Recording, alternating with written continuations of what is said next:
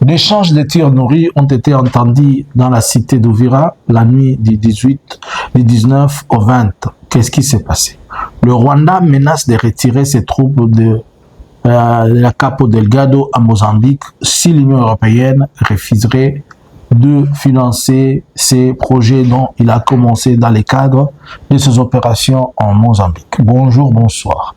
Nous vous saluons de partout, vous êtes en train de nous suivre. Nous, c'est Analysons Congo. Nous venons encore aujourd'hui, nous sommes le 20 du mois de mars 2026. Plus qu'une dizaine de jours pour que ce mois parte et ainsi, donc on va entrer dans le mois d'avril et nous sommes en train d'acheminer doucement pour le changement de saison. L'hiver va passer, peut-être bientôt on va entrer dans une autre saison. Bonjour, likez, abonnez-vous. Merci à vous tous qui nécessitent de nous suivre. Merci à vous tous qui nécessitent de vous abonner. Abonnez-vous massivement à notre chaîne YouTube Analysons Congo. Ici, vous aurez à temps réel toutes les situations et les réalités de la région des Grands Lacs du monde dans les domaines économiques, politiques, sociaux, culturels. Abonnez-vous aussi sur notre chaîne et notre compte sur Facebook. Merci. Ainsi que de nous suivre sur TikTok. Ne manquez pas de suivre la version Swahili d'Analysons Congo. Qu'est-ce qui s'est passé à Uvira hier? Plusieurs personnes les gens étaient un peu inquiets, se disant est-ce que c'est l'entrée de l'AFC ou comment? Il y a eu des tirs à l'arme automatique nourris de change.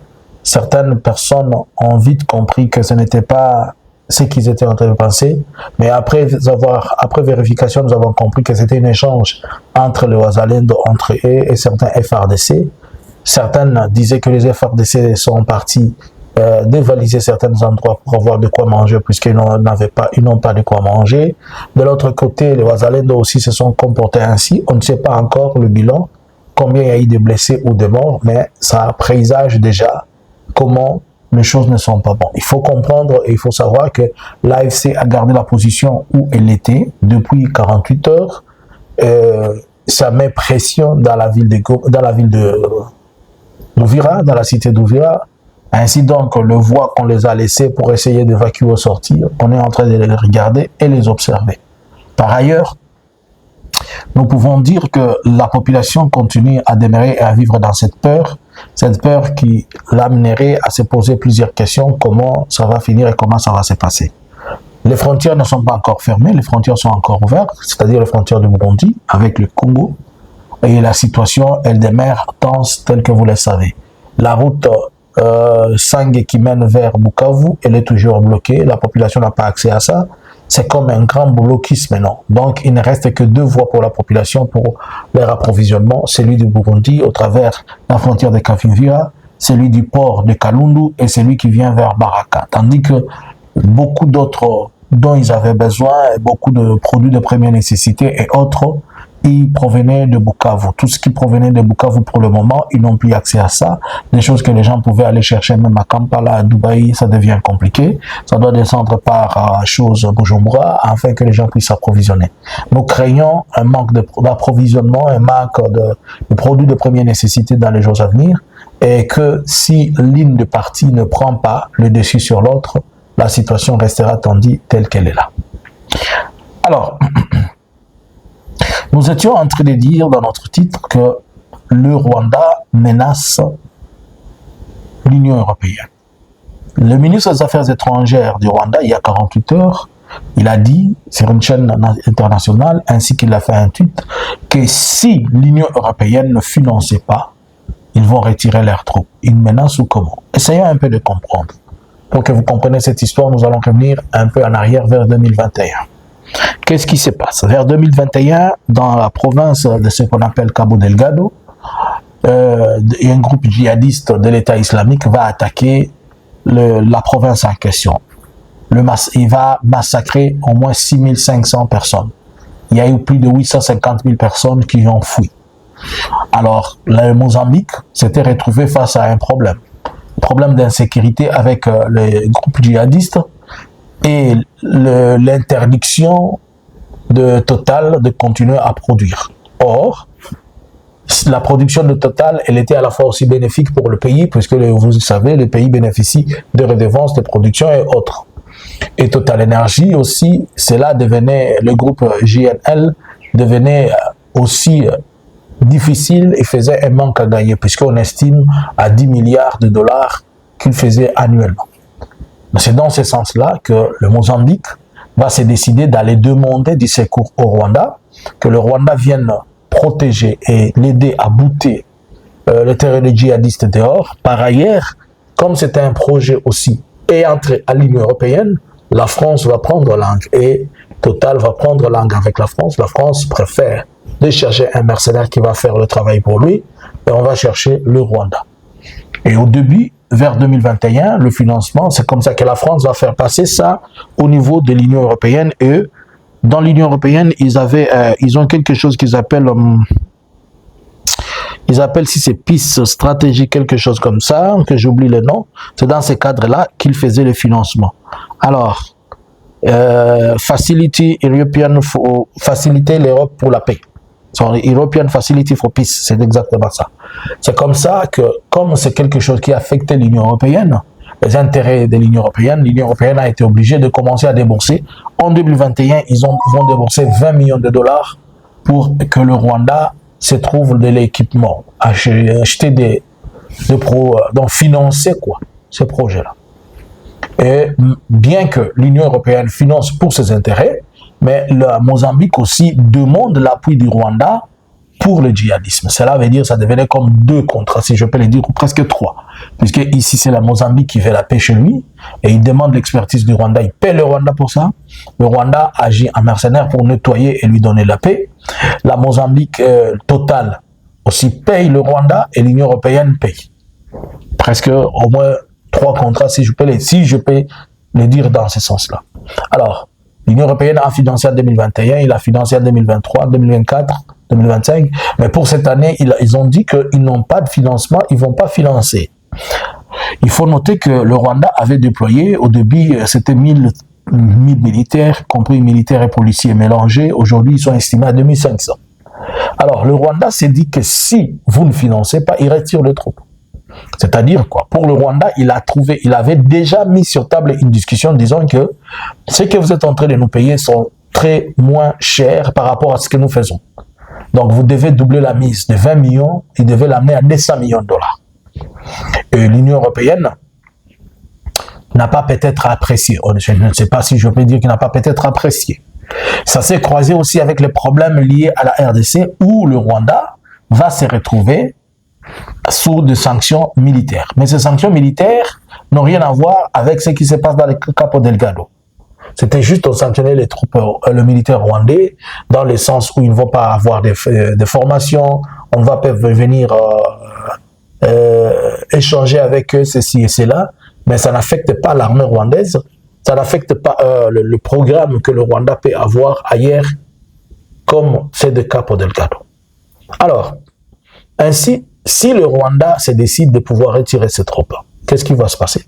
Nous avons plusieurs scénarios sur la table. 1. Si le Rwanda s'est décidé de retirer ses troupes, les groupes djihadistes reviennent et ils vont revenir en grande pompe. 2. Ça va faire que l'Union européenne perd encore sur la question de Total Energy. Or, nous sommes dans un contexte où on ne doit pas accorder cela. Puisque vous savez déjà qu'hier, l'Iran a bombardé le plus grand site de gaz dans le monde, qui est au Qatar, où le Qatar, il est le plus grand producteur de ces gaz de kéfir. Mais ça a été bombardé hier. On estime des pertes qu'on peut évaluer annuellement à 100 milliards de dollars. Et si cela est bombardé, cela est bombardé comme ça a été bombardé, cela veut dire et cela sous-entend que l'Union européenne aura des difficultés à recevoir du gaz liquéfié du Qatar. Et l'économie qatari va bouger vraiment puisque c'est le premier poumon de son économie.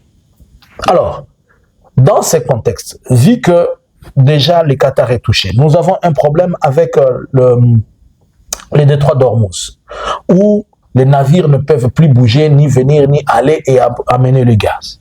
Est-ce que l'Union européenne va se trouver à risquer avoir encore un autre endroit gazeux, où qui était le Capo Delgado avec Total, qui produisait beaucoup, et qui, Total Energy, a lancé notre projet qui était de plusieurs milliards de dollars mis en jeu.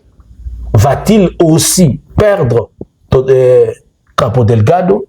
Il a déjà perdu le détroit d'Ormuz. Il y a aussi perte de pétrole et tout ça. Donc, ça va devenir des crises énormes énergétiques et économiques. Je pense. Si j'analyse le fait, l'Union européenne ne peut pas s'hasarder de faire ça. Si le Rwanda aussi récupère ses troupes, ça diminue aussi sa crédibilité. Et son influence dans cette zone, il ne l'aura pas. Ainsi donc, on peut le changer avec d'autres. Il y a par exemple, on peut prendre le Mozambique, peut solliciter l'Angola, il peut solliciter l'Afrique du Sud, il peut solliciter la Tanzanie, mais l'expertise rwandaise et les compétences rwandaises sont plus efficaces par rapport à tous les autres, par rapport à cette question de la Mozambique. Donc, à cette allure, je crois que la diplomatie va se jouer. Cela veut dire que le Rwanda, ainsi que le Mozambique et l'Union européenne vont se permettre de discuter. Le Rwanda a encore dit et soulevé une chose, que nous sommes en train de faire votre travail, mais c'est vous qui vous permettez et être le premier à nous crier dessus et à nous produire des sanctions. Il s'adressait à la France. Que la France, si elle continue comme ça, nous allons nous retirer et on va lui laisser qu'il envoie des militaires français là-bas. La France ne peut pas envoyer des troupes au sol pour aller mourir, mais même quand bien même c'est pour leur intérêt, ils ne peuvent plus, puisque l'expérience qu'ils ont eu de partout, et notamment l'expérience du Mali, avec des gens qu'ils ont perdus, et surtout que en Afrique, le climat anti-français ne permettra jamais que les troupes françaises se retrouvent sur le terrain.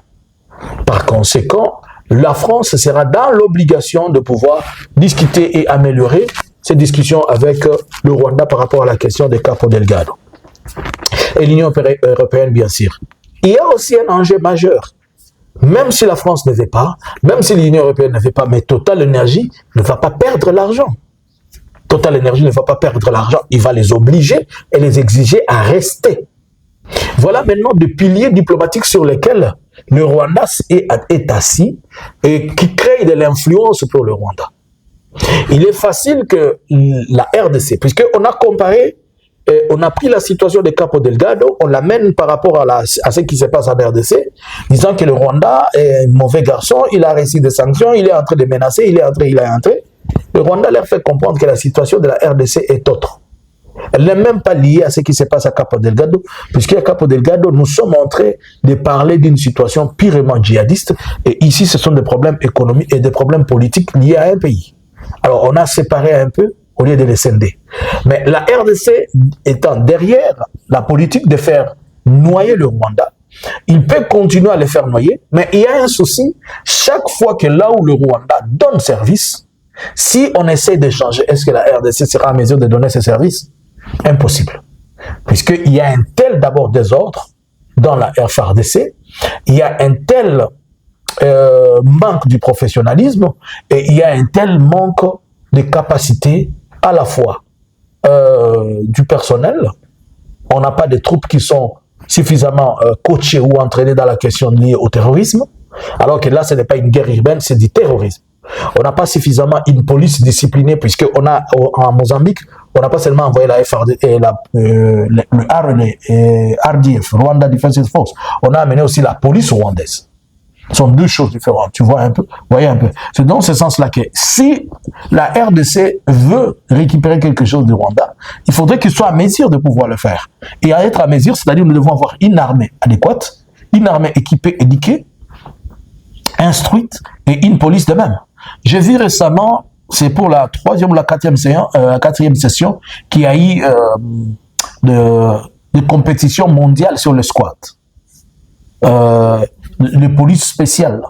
Et le Rwanda était encore, pour la deuxième fois, il était dans les top 5 de meilleures polices au monde.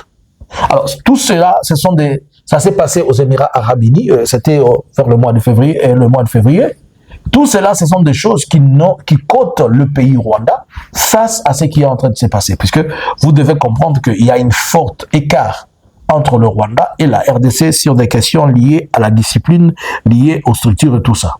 Alors, cette question, elle va être compliquée pour que l'Union européenne refuse cela. Même si l'Union européenne refusait, Total ne va pas accepter. Il ne va pas accepter, cette entreprise ne va pas accepter de perdre autant de millions d'argent, juste puisqu'il y a des caprices diplomatiques. Et de l'autre côté, l'Union européenne, elle va aussi manquer le gaz dont ils ont besoin. Ces gaz-là n'est pas seulement vendu, mais ces gaz aussi d'une manière ou d'une autre, comme il y a un besoin, il peut se retrouver et revenir en Europe pour qu'on s'en serve. Que pensez-vous? Est-ce que le Rwanda va-t-il récupérer le marché de la Mozambique ou il va la perdre? Si vous suivez l'analyse que je vous dis. En comprenant les choses, vous trouvez que le Rwanda va s'asseoir sur cette table et il va les imposer. Puisque déjà en disant que si vous ne nous payez pas, nous retirons nos troupes, ils les mettent devant un fait. Ils n'ont plus quoi faire. Ils doivent payer. Dans le sens contraire, qu'ils organisent des troupes, qu'ils envoient là-bas. Quel est le pays de l'Union européenne qui est capable d'envoyer ses troupes en Afrique pour aller mourir? Ou bien pour être blessé? Les coûts et les budgets, est-ce qu'ils seront les mêmes? Et ce qui va se passer là-bas, les gens qui vont entrer de là en cercueil, ça va se justifier comment? Dans leur parlement, ça va se justifier comment? Dans l'opinion politique européenne. À vous les claviers. C'était Analysons Congo. Nous vous aimons beaucoup. Bonjour, bonsoir. Analysons Congo subscribers.